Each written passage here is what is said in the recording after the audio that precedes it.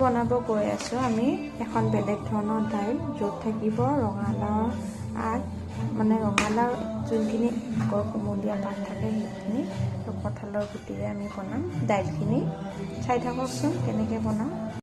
শাকখিনি আমি কাটি লৈছোঁ, এটা গোটা নহৰু, কঁঠালৰ গুটিখিনি অলপ বাকলি এৰুৱাই লৈছোঁ, আৰু দালি 2 বেগ লৈছোঁ। মগৰ দালিখিনি অলপ টাইম তিয়াই লৈছোঁ, কাৰণ সিজোতে অলপ টাইম লাগে কাৰণে। মচুৰ দালিখিনি নৰ্মেলি লৈছোঁ। এই গোটেইখিনি ধুই কিনে আমি কুকাৰত নিমখ দি বইল হ'ব দিম। বইল কৰোঁতে মই নিমখখিনি দি লৈছোঁ একেলগে। গেছটো জ্বলাই কেৰাহীটো উঠাই দিছোঁ। ইয়াতে দিছোঁ এতিয়া মিঠাতেল অকণমান,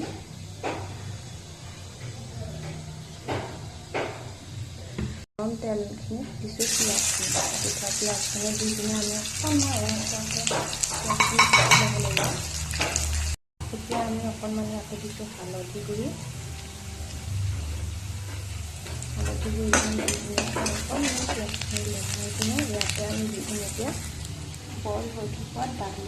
আমি ইয়াতে দি দিম, ইয়াতে দিম এতিয়া অকণমান হালধি, আপোনাৰ জিৰা গুড়ি, হালধি গুড়ি দি উঠিছোঁ। ইয়াতে জিৰা গুড়ি অকণমান দিম। দেখিছোঁ নহয় দালিখিনি আমাৰ প্ৰায় হৈয়ে গৈছে। অকণমান উতলিলে আমি দালিখিনি নমাই থ'ব পাৰিম।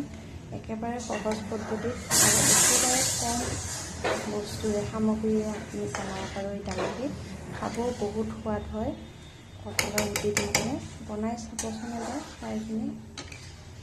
একেবাৰে কম সময়ত আৰু একেবাৰে সহজ পদ্ধতিত বনোৱা আমাৰ কঁঠালৰ গুটি আৰু ৰঙালাও পাতেদি দিয়া ভাত দিয়া দাইলবিধ ৰেডি হৈ গ'ল।